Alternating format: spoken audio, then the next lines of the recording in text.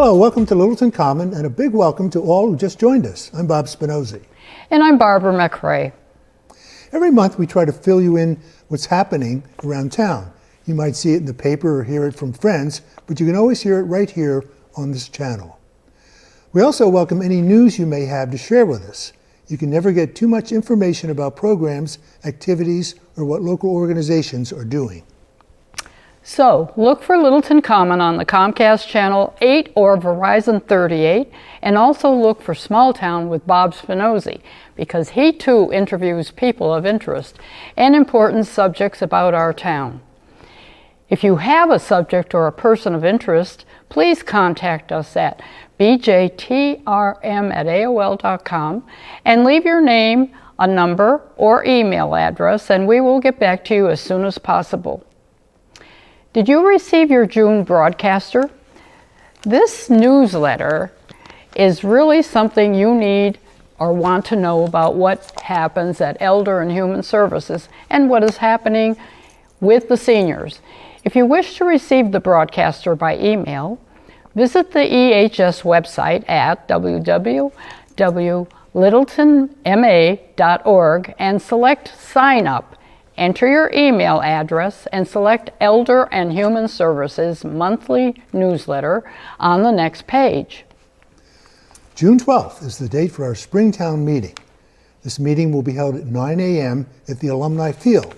COA van service will be available for rides for seniors, so call dispatch at 978-844-6809 to book a ride, or call the office at 978-540-2470. There will also be reserved parking for seniors. If you're 60 or older, note that there will be many senior-related issues on the warrant at town meeting. If you are interested in what is in store for you, pay attention to Articles 10, 24, 32, and 33. These are regarding senior residential development apartments, changes to tax abatement program for seniors, and a senior center project. Your vote and opinion counts, and we hope to see and hear from you on June 12th.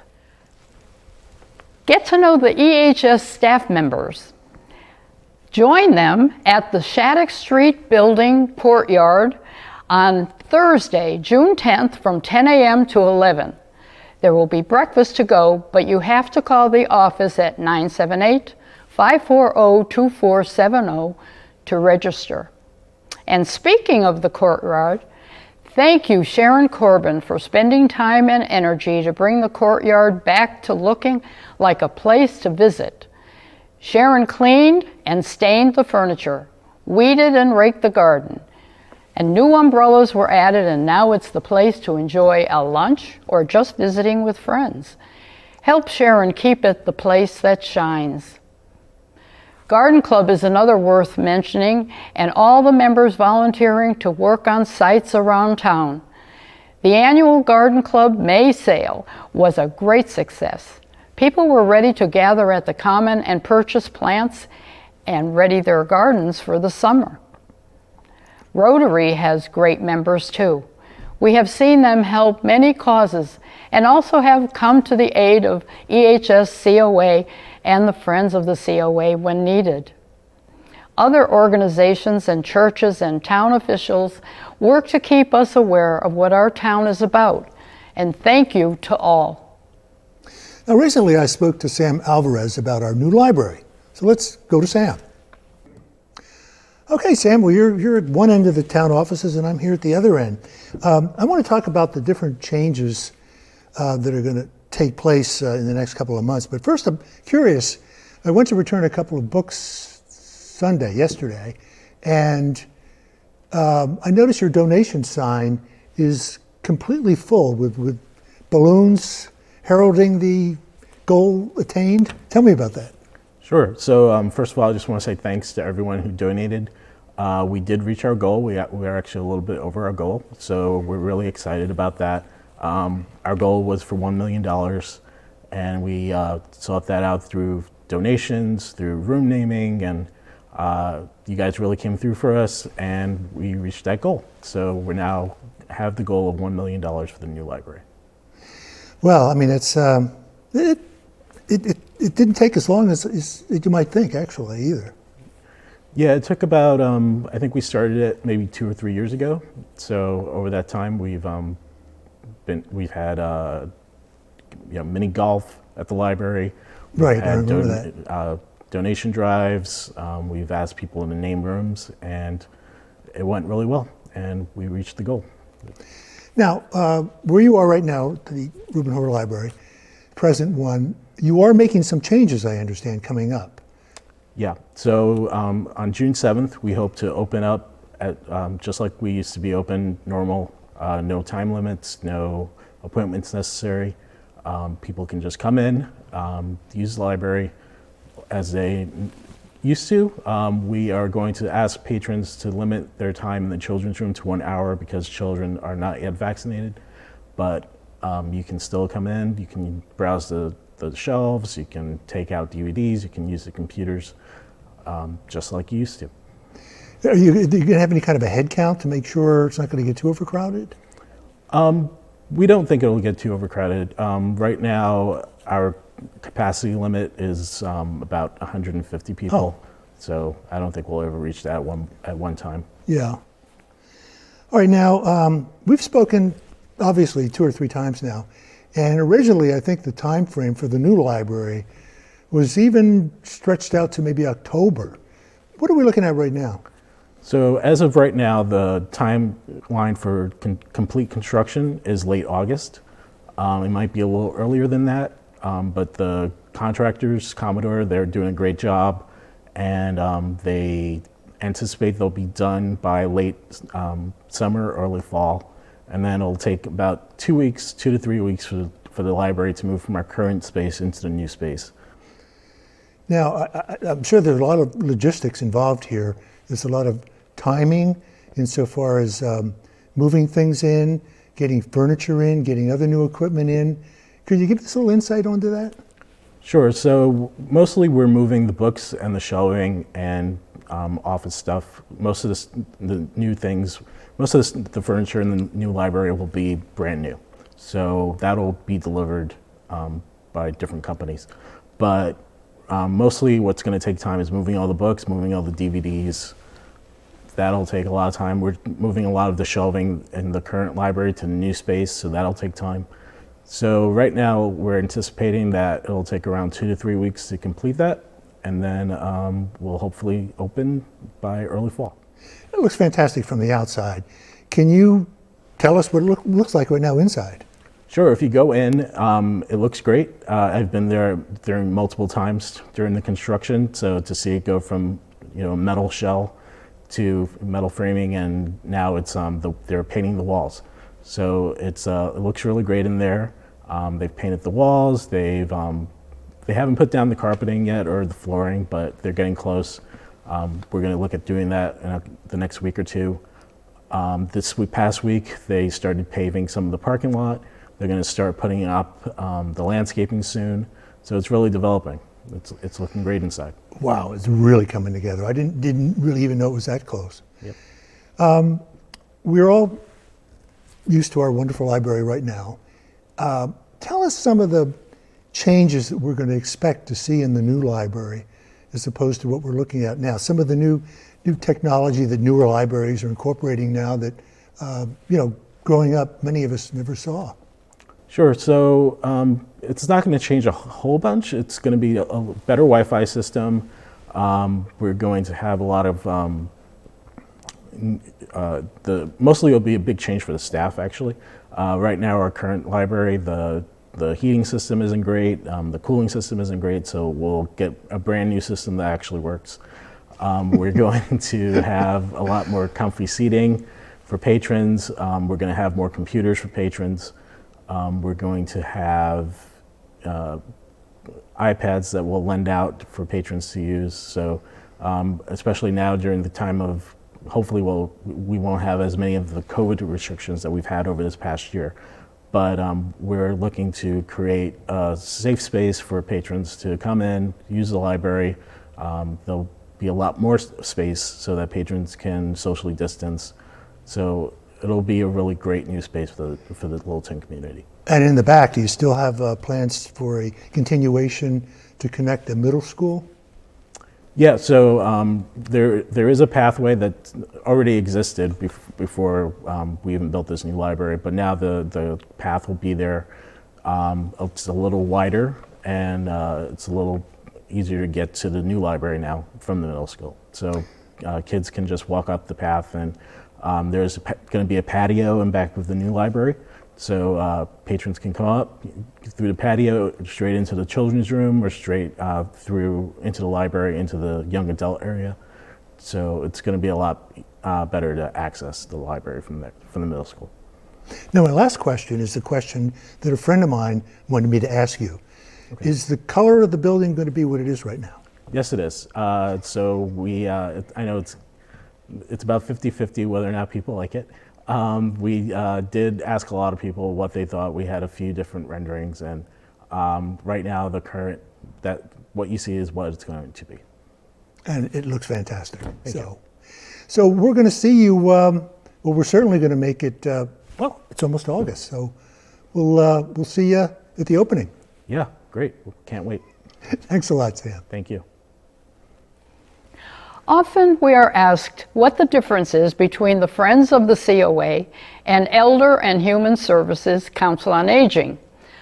The Friends of the COA is a nonprofit corporation incorporated in 1992 to financially support the senior population serviced by the EHS COA department by donation requests from thrift shop sales when we had it, fundraising events, etc. We follow very strict rules from the state of Massachusetts. All monies given to the Friends are strictly for seniors aged 60 or over.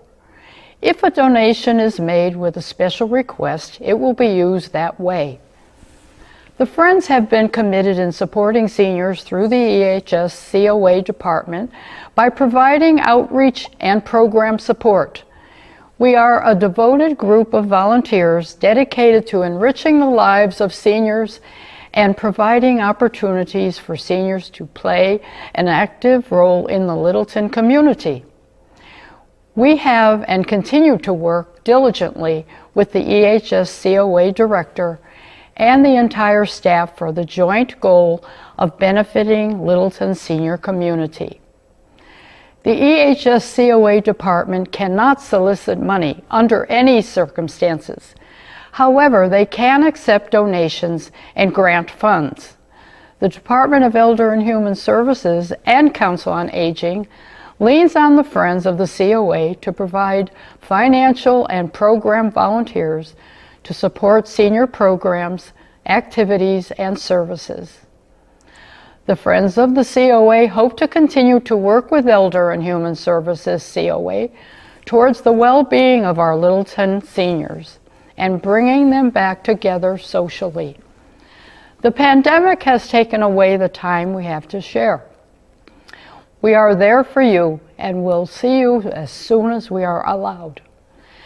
Meantime, Flowers for Seniors has been our prime project.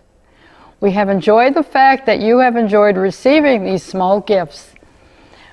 We still need small vases, containers, mugs, and cups if we can fulfill our goal of every senior getting a flower arrangement. If you have any or know someone who does, please let Sharon Corbin or Barbara McRae, me, know and we'll collect them. Until we can meet again, the members of the Friends Board are thinking of you.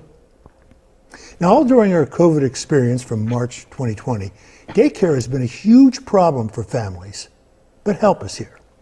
There's a new child care subsidy available for income-eligible families in Littleton. Special funds were awarded to Boxborough, Acton, Maynard, and Littleton to help parents to return to work or to seek employment. You can get details at littletonmass.org/home/new childcare subsidy income eligible local families. You can also contact Amy DeMichelle, at 978-540-2472 or email her at the email address being shown right now. Also, if you need help with housing costs, the Rental Assistance Program is still accepting applications. Visit their website to complete an application. Simply go to littleton.org/elder and human services/payer/emergency rental assistance program. Craft classes are bringing us together. There will be an outdoor craft class on the patio in June. Painting decorative birdhouses is this month's project. Think how the birds will want their homes decorated and give them that special look. Class is on Wednesday, June 16th. First class is at 10 a.m. and there's another at 1 p.m. 8 people are allowed for each class and cost is $3. Call the EHS office at the 978-540-2470 to register. And don't forget to wear a mask. The Primetime Paddlers are planning to start early this month. If you like to paddle, this is the group to join. Prime Timers meet on Thursday mornings at 10 a.m., weather permitting, and paddle local areas within a 30-minute drive to most locations. You would paddle for approximately 2 hours, an hour out and an hour back. If interested in joining, send contact information to the email address we note here. If you're a veteran and you need help, Veteran Services Officer John Borowski is available to help you and your dependents regarding benefits. John can provide assistance on issues such as GI Bill benefits, educational assistance, home purchase, pensions, medical assistance, so much more. So if you need assistance, call John Borowski at 978-540-2485 and make an appointment to see him at the town offices building. Now, we all get physical checkups, and you might also consider getting a legal checkup. On Monday, June 28th at 11 a.m., a virtual elder law educational program will be offered and sponsored by the Mass Bar Association with Margaret Burke from Elder Law Solutions. It will be an in-depth look at the wide range of legal issues affecting the lives of older adults. Call 978-540-2470 to register and receive the Zoom link. Bob, do you know how many steps you walk? With the Walk Massachusetts Challenge, 10 lucky people will win a $50 Visa gift card, 25 people a $25 Amazon gift card, and 50 people a $10 Dunkin' gift card. The first 500 people who participate will receive a reflective wristband and sports pack, and that'll be perfect for carrying a water bottle, keys, and a phone.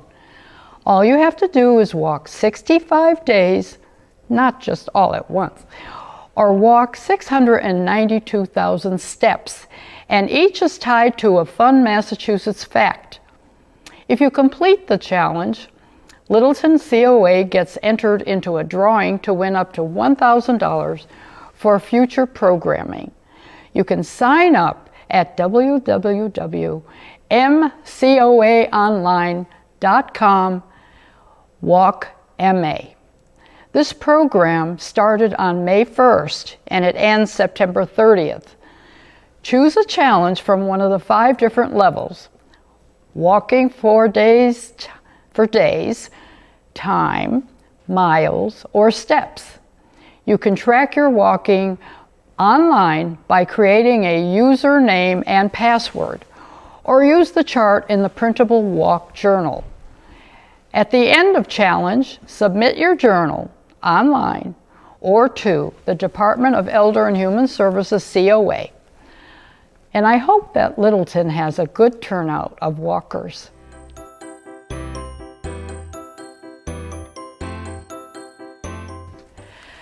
Veterinarian Dr. Dawn Brooks has some pet news for us.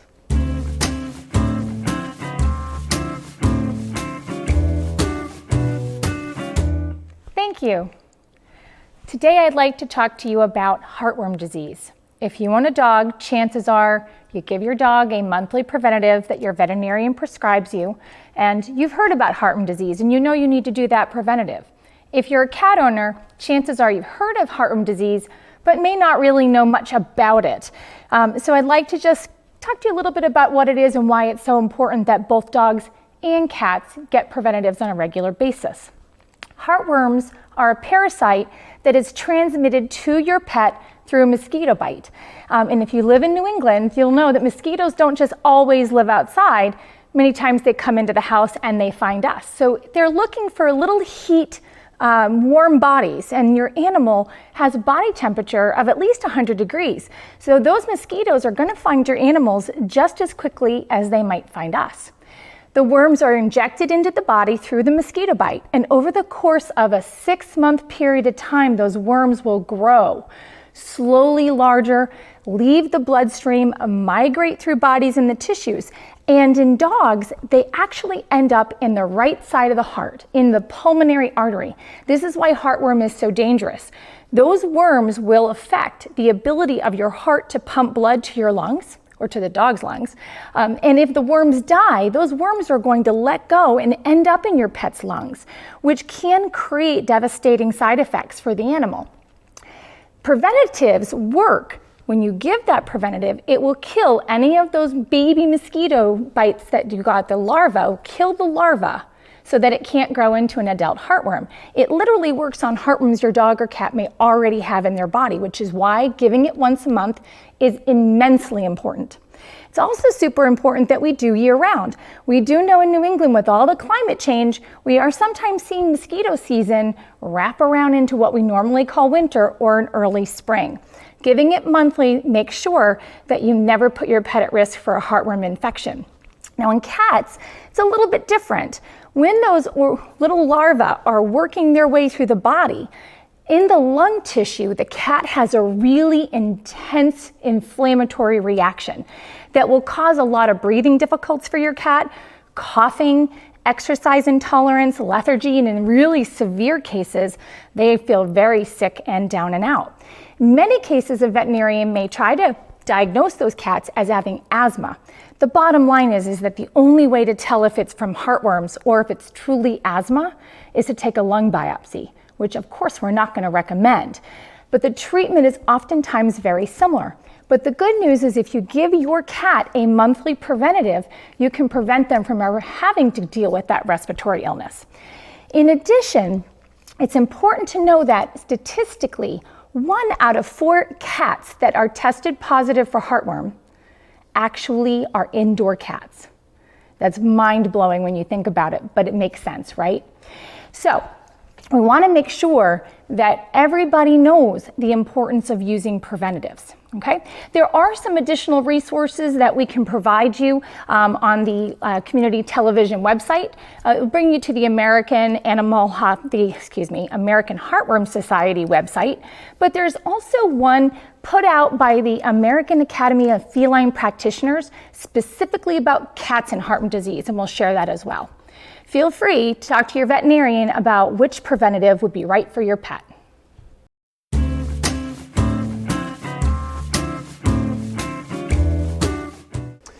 Barbara, I was in Watertown recently and I went to a spa and bought a Snickers candy bar. I started thinking, why are some small grocery and convenience stores called spas and not market, grocery, or mart? The term name is unique to New England, and there are not as many now as there used to be. So why are convenience and small grocery stores called spas? Well, I did some research. It turns out there's a resort town in Belgium by the name of Spa. The town has bubbling mineral springs, believed to have healing powers. 2 centuries ago, that very concept started the development of similar resorts built around mineral springs, and they started spiking in popularity in Europe, the US, and worldwide. Well, from there, it's easy to see why, today, the word spa is used to mean everything from a swanky resort to a place for health and beauty treatments to backyard whirlpools. But convenience stores? Enter the Dictionary of American Regional English, compiled by Frederick Cassidy, that records all regionalism across the country. Now, apparently the word spa got its New England spin thanks to a different kind of bubbling water. It probably applied to a soda fountain, which decades ago were staples at drugstores and five and dimes, themselves versions of today's convenience stores. And so you can see how this quirk came to pass. And it's unique to our New England area, peculiar word usage like spa, along with distinct pronunciations like, say, dropping the R in words like yard, Harvard, and around here some people call Westford, Westford. Moving down the alphabet to the T's, one of my favorite pronunciations that I still hear is bodata, for that potato. Now, where I grew up in the metropolitan Philadelphia area, I heard pronunciations like water for water, coffee for coffee, and Eagles for the Eagles football team. So many other examples we could look at, but at least for now, you can still get a frap down at Kimball's, and in some towns, still grab a candy bar, a loaf of bread, and a scratch ticket at the local spa. You know, Bob, my dad always said bodata, and my mom, being Italian, said tre, not three. And I used to say discombobulated, and Alan finally corrected me with discombobulated. So do you have any? Yes, this time of year, lobster. Well, okay. So that's all I got.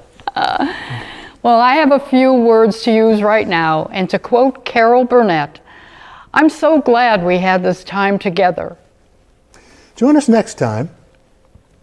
And don't forget our seniors.